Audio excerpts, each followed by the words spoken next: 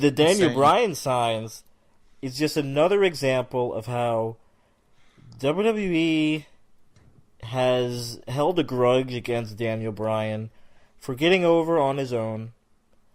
The reason why fans like him was because he was such a remarkable wrestler before he came to WWE. Isn't that why they signed him to begin with? His popularity, his popularity. So if they didn't want him to get over and possibly be the top guy, why did they sign him to begin with? Well, he was never intended to be the top. He was never going to be the top guy. He was gonna be brought in because the fans wanted it, quote unquote, and the plan was to have him in developmental. If they didn't release him during developmental, then have him wrestle mid to low card matches. Just to appease the fans? Yeah, just to appease the fans so they can say, hey, we hired your boy.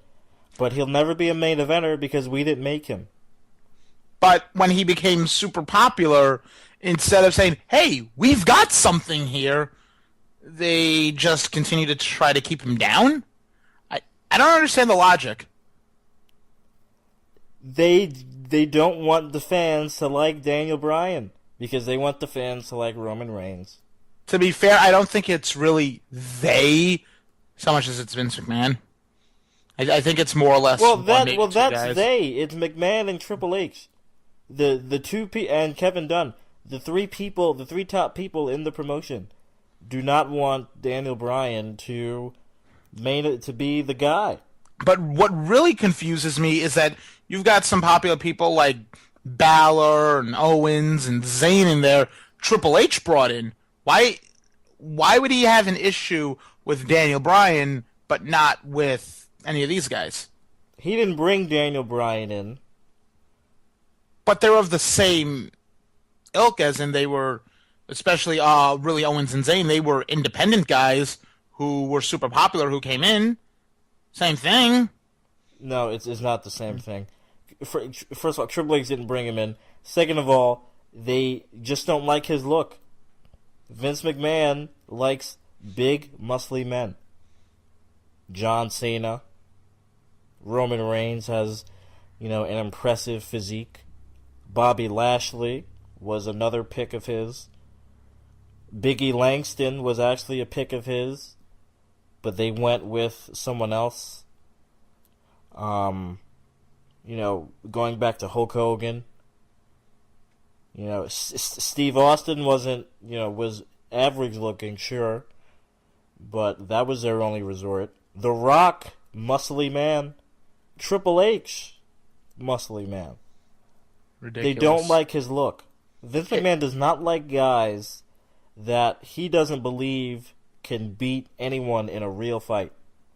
So that's why guys like Daniel Bryan and Kofi Kingston and John Morrison will have never seen main event runs. Shelton Benjamin. Significant main event runs.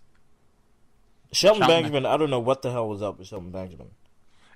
They pushed it. They got him wins over Triple H during Triple H's big bury everybody day, and then it just never materialized in anything. Shelton Benjamin, just to go off on a tangent, there was no excuse for Shelton Benjamin. Because, not only did the guy have lots of potential, we all know that, but as you said, he comes on Raw 3 weeks in a row and beats Triple H, wasn't it? And he gets a victory over Triple H. And then he does it again. Like, 2 victories over Triple H. And then, how do they rebound? They put him in an angle where he's a mama's boy. So that means no one is going to take him seriously. Because what wrestler that you know of is a mama's boy on camera? None. That's not a champion. You can't make a champion out of a mama's boy. I don't understand. So Shelton Benjamin was completely, his case is completely inexplicable. And throughout his whole career, he's always been underlooked. Always been that way. And you know what? Even in New Japan, he's the same way. Because the guy rarely appears in New Japan. But, with Bryan, going back to Bryan, they just don't like his look. And they don't like the fact that they didn't make him. And that's history. WWE doesn't like guys that make themselves. They encourage all these wrestlers to get themselves over. But when they actually do, they strike him down. Zack Ryder. Great example, Zack Ryder. Yeah, Zack Ryder just... Man. I was not a big fan of his. I don't understand how he was so popular, and after a United States title run, nothing came of it. He's just gone. They completely buried him for John Cena. Yep. Even The Miz. The Miz at one point was very popular among the internet wrestling fans. And all the internet fans wanted The Miz to be the champion. But what they did with him is they waited a year and a half, 2 years to make him the champion. And when he finally was the champion, he was an afterthought. Yeah, they did not do that right. The purpose of The Miz being champion was for The Rock to be the champion. Not even for The Rock to be the champion, but just to set up for The Rock versus John Cena. Yeah. It was there just to set up Rock versus Cena, which I'm not really happy about, being a huge Miz fan myself. How do you do that to somebody?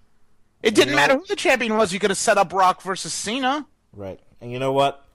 I think that Miz could have had a better match at that WrestleMania. He could have tried more. And I think had he had a better match with Cena, that maybe he'd still be in the main event picture now. But the fact of the matter is, he had the worst main event match in the history of WrestleMania. Because John Cena and The Miz together, that's not a good combination. No, it's not. Their styles don't mix. It doesn't. They're both not very good. The Miz is at the very least, average in the ring. At the very least, average. I would say Cena's a better wrestler than The Miz. They're not very good. The thing about Cena is that Cena can have a good match with you, but you have to have someone in there that is average to great. Like, I remember the Cena-Michaels match was really good. The one on Raw in London. Right, yeah. That was excellent. The match that Cena had with Michaels on Raw, the best match that he's ever had in his career. By far, yeah. By far. And you know what? The best match in the history of Raw. An hour long, and then Michaels gets the win. Yeah, that was a really good match. But the point remains that Cena and Miz don't mix well, and then to just... And it's not even that he was just there for Rock versus Cena. The Miz, outside of Cena, you know who his marquee opponent was? Jerry Lawler. That was his marquee opponent. That is who he faced for the WWE Championship. Jerry Lawler. And by the way, he almost lost to Lawler. How do you book that to happen? It was a ladder match. And Miz Cole had to interfere. He loses the match, but he wins. He retains the title, I think, because of Alex Riley.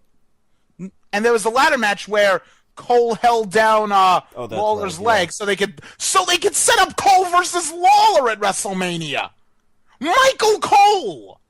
Come on. And I was a fan of Michael Cole's at this time. But how do you have The Miz be there simply to set up 2 other matches for WrestleManias? How come on. Seriously? Why? So you could say that The Miz, his title reign was a good example of the WWE thinking that they're giving people what they want. And they're not. But they're not. When In The Miz case, won the championship. No, they're not. When The Miz first won the championship. When The Miz first won the championship, do you remember how I was? I was just ecstatic. It was amazing. Within 3 weeks, the title reign was pretty much ruined. I couldn't believe it. I couldn't believe it. By the time The Miz won the Money in the Bank, no one even liked him anymore. So, sure, they gave the fans what they wanted. They just gave the fans what they wanted a year too late. Right. Horrible. Absolutely horrible. One of the most successful wrestlers that was crowned by the fans. The most successful world champion, I mean. That was crowned by the fans, kind of like how Daniel Bryan was crowned. Eddie Guerrero. They didn't seem to hate Eddie, though, and they didn't book him horribly as champion. Eddie Guerrero wins the title over Brock Lesnar, and then retains it the next month against Kurt Angle. And after that, I guess they said, you know what, he's a keeper. And Eddie Guerrero was on top until he died. Yeah, he was. In fact, he was scheduled to win the title, and then he died. Right. You remember that? Yep. It sucks. But why was it okay for Eddie Guerrero to be put on top, made by the fans, and then that's okay and keep him on top, versus Daniel Bryan? But not Daniel Bryan. I don't get it. I would say that Eddie Guerrero looks like a fairly average, like the average guy that goes to the gym every day. Yeah, that's a fair assessment. He wasn't impressive in physique. But he was good in the ring and he was good on the mic. Right, just like Daniel Bryan. But they don't like Daniel Bryan. I would argue that Eddie was better on the mic. And they don't like that Daniel Bryan is over. Is more over than the guy that they want to be the guy, Roman Reigns. Well, if they did a better job booking Roman Reigns, this wouldn't be an issue. So that is the inexplicable truth about Daniel Bryan.